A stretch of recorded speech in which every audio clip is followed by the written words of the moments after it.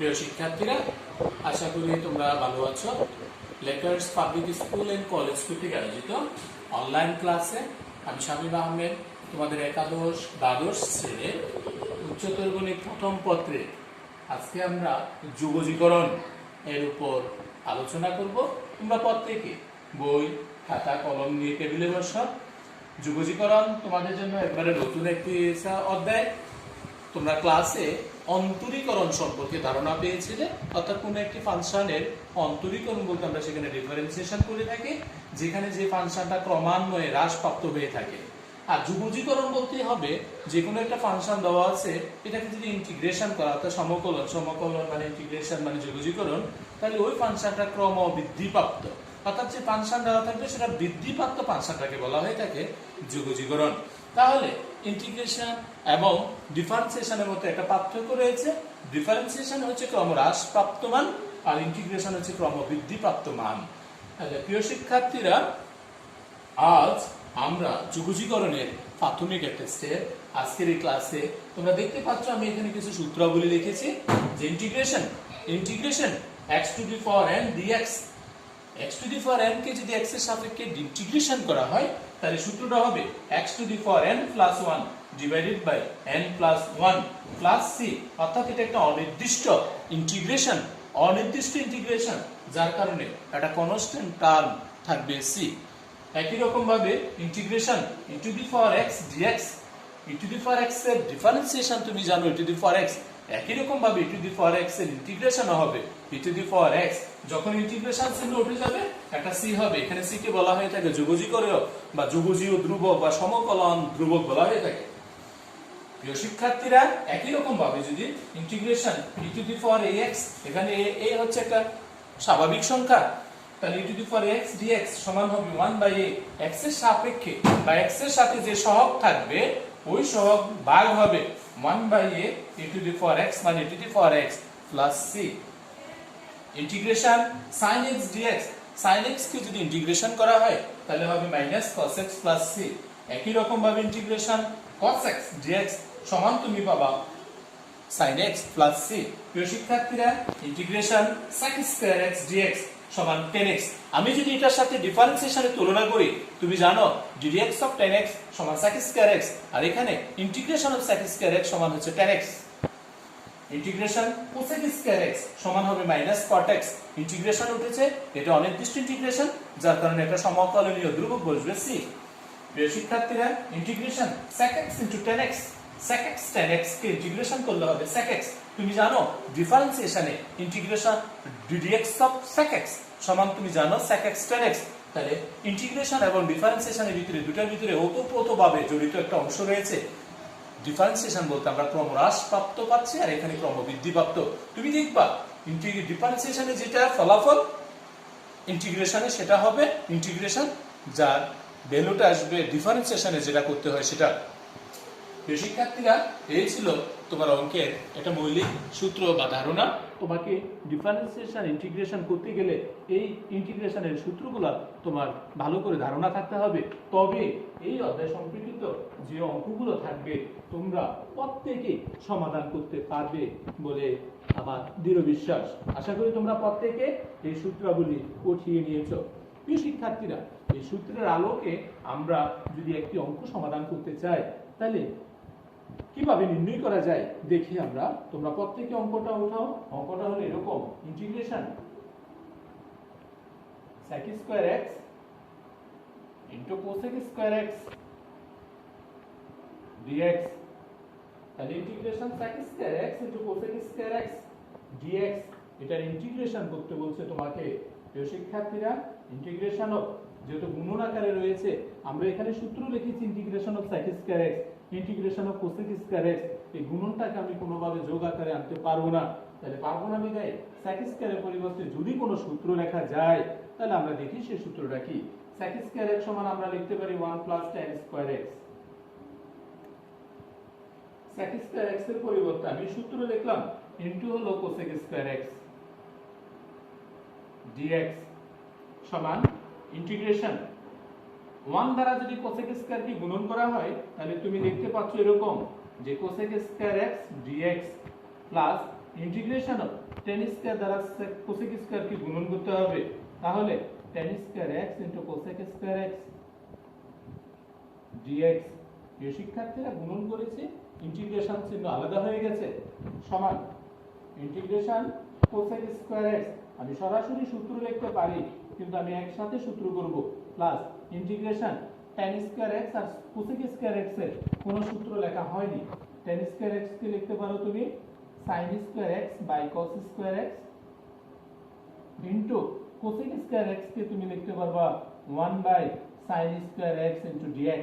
এই sin square x আর sin square x কাটা যাচ্ছে, সমান integration cosec square x into dx plus integration এখানে থাকতেছে 1 বাই cos স্কয়ার x, আর 1 বাই cos স্কয়ার x কে তুমি sec স্কয়ার x লিখতে পারবা। আশা করি তোমরা বুঝতে পেরেছো। 1 বাই cos স্কয়ার x সমান sec স্কয়ার x। সেই শিক্ষার্থীরা, এখন তুমি যদি মিল করো, এটার একটা সূত্র রয়েছে, integration of cosec square x সমান হলো minus cot x plus integration of sec square x, আমরা সূত্র এখানে লিখেছি tan x। আমি অঙ্ক থেকে দুটো ইন্টিগ্রেশনকে একসাথে উঠিয়ে গেছি বিদায় দুটোটা ইন্টিগ্রেশনের জন্য একটা সমকলনীয় ধ্রুবক আসবে, যেটা c সমান, যদি বা তুমি সাজিয়ে লেখো, শুরুতে লিখতে পারো tan x minus cot x plus c। এটাই হচ্ছে নির্ণেয় সমাকলনীয় ধ্রুবক, অর্থাৎ ইন্টিগ্রেশন করলে ফলাফল পাবো আমি tan x minus cot x। প্রিয় শিক্ষার্থীরা, এবার আমরা যদি আরেকটি অঙ্ক করি যে এটা যোগগুলো কি কি আমরা নির্ণয় করব। ইন্টিগ্রেশন অফ x ব্র্যাকেটে 1 plus root x into dx, এটা যোগজীকরণ কত তোমাকে বের করতে হবে, সমান ইন্টিগ্রেশন x দ্বারা যদি 1 কে গুণন করা হয় x প্লাস x দ্বারা রুট x কে গুণন করলে x রুট x ব্র্যাকেট দিয়ে dx। এবার তুমি এটাকে আলাদা করতে পারবা, integration of x dx plus integration of x into root x dx সমান integration of x dx plus integration of x into x এর পাওয়ার হচ্ছে হাফ অফ dx। প্রিয় শিক্ষার্থীরা, তোমরা আশা করি বুঝতে পেরেছো, x রুট x মানে x এর পাওয়ার হাফ সমান integration of x dx plus integration of, দুটো বেস একই রকম x, এখানে পাওয়ার 1 এখানে হাফ, 1 এর সাথে হাফ যোগ করলে 3/2 অফ dx সমান ইন্টিগ্রেশন অফ x মানে x এর পাওয়ার n, এই সূত্র যদি এটা যাও x to the power n by 2, অর্থাৎ x এর power 1 plus 1 divided by 1 plus 1, কোনো কিছু পাওয়ার না থাকা মানে x এর পাওয়ার 1 রয়েছে, plus x to the power n, অর্থাৎ এই যে x to the power n plus 1 divided by n plus 1 plus c constant সমান x স্কয়ার বাই 2 প্লাস উপরে যদি তুমি লেখো x এর পাওয়ার 3/2 প্লাস 1 অর্থাৎ 5/2 ডিভাইডেড বাই তাও 5/2 প্লাস c। তুমি বললে এটা একটা आंसर হতে পারে, আরো সাজানো যায়। যদি তুমি সাজাতে চাও তাহলে তুমি এভাবে লিখতে পারো half of x square plus এখানে 5/2 মানে 2/5 x to the power 5/2 plus c। এটি হচ্ছে ফাইনাল आंसर। প্রিয় শিক্ষার্থীরা, আমরা যদি আরেকটি ইন্টিগ্রেশন করি 1/x of x plus 1/x into dx, তাহলে এর ইন্টিগ্রেশন কি হবে একটু খেয়াল করো। 1/x দ্বারা গুণ করবা তুমি 1/x into x plus 1/x into 1/x of dx সমান ইন্টিগ্রেশন 1/x আর x কাটা যাচ্ছে 1 plus 1/x square into dx। Integration যদি আলাদা করা হয় integration of 1 dx plus integration of 1/x square মানে x to the power -2 of dx। প্রিয় শিক্ষার্থীরা সমান ইন্টিগ্রেশন অফ 1 থাকা না থাকা একই কথা ইনটু dx মানে হচ্ছে x plus x to the power n, অর্থাৎ x to the power n plus 1 divided by n plus 1, integration চিহ্ন উঠেছে মানে প্লাস c সমান x plus x to the power -1 divided by -1 plus c সমান x a minus আর plus হয়ে যাবে minus x to the power -1 মানে 1/x plus c। আশা করি তোমরা প্রত্যেকে বুঝতে পেরেছো এবং উঠিয়েছো এটি হচ্ছে নির্ণয় মান। ওকে শিক্ষার্থীরা, এবার যদি আমরা আরেকটি অঙ্ক দেখি, integration of sin 5x dx, integration of sin 5x into dx সমান, তুমি জানো আমরা এখানে সূত্র লিখেছি ইন্টিগ্রেশন অফ sin x মানে মাইনাস cos x, তাহলে এটার পরিবর্তে তুমি যা লিখতে পারো মাইনাস cos x।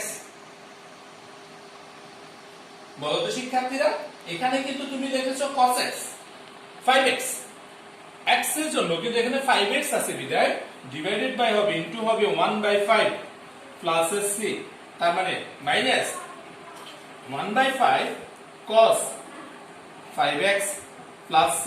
এখানে যদি 3x থাকতো ডিভাইডেড বাই 3 হতো, এখানে যদি 10x থাকতো ডিভাইডেড বাই 3 হতো। x এর সাথে যত গুণনাকার থাকবে তত দ্বারা ভাগ করা হবে। আশা করি তোমরা বুঝতে পেরেছো কিছু নিয়মান, যে যখন যত x এর সাথে গুণন থাকবে তত দ্বারা ভাগ করা হবে। শিক্ষার্থীরা, integration of dx by 1 plus sin x, dx by 1 plus sin x এর মান কত তোমাকে নির্ণয় করতে হবে, সমান ইন্টিগ্রেশন হরে রয়েছে 1 plus sin x, লব এবং হরকে 1 minus sin x অর্থাৎ তার অনুবন্ধী দ্বারা আমাদেরকে গুণন করতে হবে। তার মানে 1 minus sin x by 1 plus sin x into হলো 1 minus sin x dx সমান ইন্টিগ্রেশন 1 minus sin x নিচে 1 minus sin x whole square লিখতে পারো of dx সমান integration 1 minus sin x 1 minus sin square x মানে হচ্ছে cos square x of dx। আশা করি তোমরা এতটুকু বুঝতে পেরেছো। সমান ইন্টিগ্রেশন এবার যদি আলাদা করা হয় 1 by cos square x minus sin x by cos square x bracket দিয়ে dx, আশা করি তোমরা এটা বুঝতে পেরেছো। সমান integration 1 by cos square x মানে হচ্ছে sec square x মাইনাস এটাকে আলাদা করবা, একবার লিখবা 1 by sin x by cos x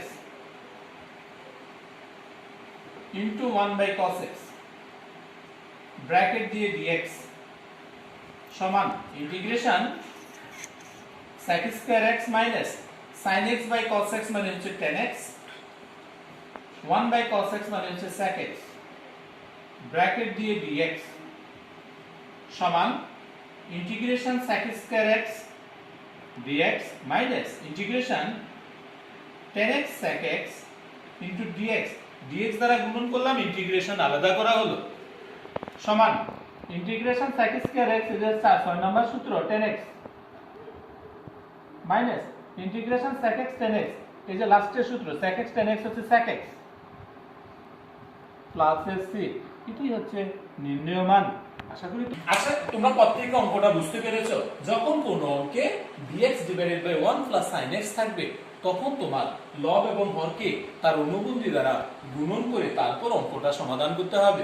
যদি 1 minus sin x থাকে তাহলে তার অনুবন্ধী দ্বারা গুণন করতে হবে, যদি 1 plus cos x থাকে অনুবন্ধী দ্বারা কাজ করতে হবে। একটু মনে রাখতে হবে যে আমরা ইন্টিগ্রেশনের ক্ষেত্রে যদি dx divided by 1 plus sin x 1 minus sin x 1 by বা dx by 1 plus cos x 1 minus cos x অনুবন্ধী দ্বারা গুণন করে তারপর আমাকে তার ইন্টিগ্রেশনের কাজটা কমপ্লিট করতে হবে। শিক্ষার্থীরা,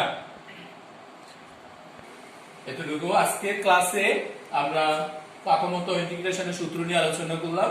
ইন্টিগ্রেশনের সূত্রটা প্রত্যেকে উঠিয়েছো এবং বইতে দেখবা যে স্পষ্ট করে ইন্টিগ্রেশন এবং ডিফারেন্সিয়েশনের সূত্র দেওয়া আছে এবং তুলনা আছে। দ্বিতীয়ত আমরা কয়েকটা অঙ্ক শিখালাম, প্রত্যেকে অঙ্কগুলো আশা করি খাতায় উঠিয়েছো। একই রকম অনেক অঙ্ক তোমরা তোমাদের বিভিন্ন রাইটারের বইতে পাবা। চেষ্টা করবা যে সূত্রের মাধ্যমে কিভাবে ইন্টিগ্রেশন করা যায়।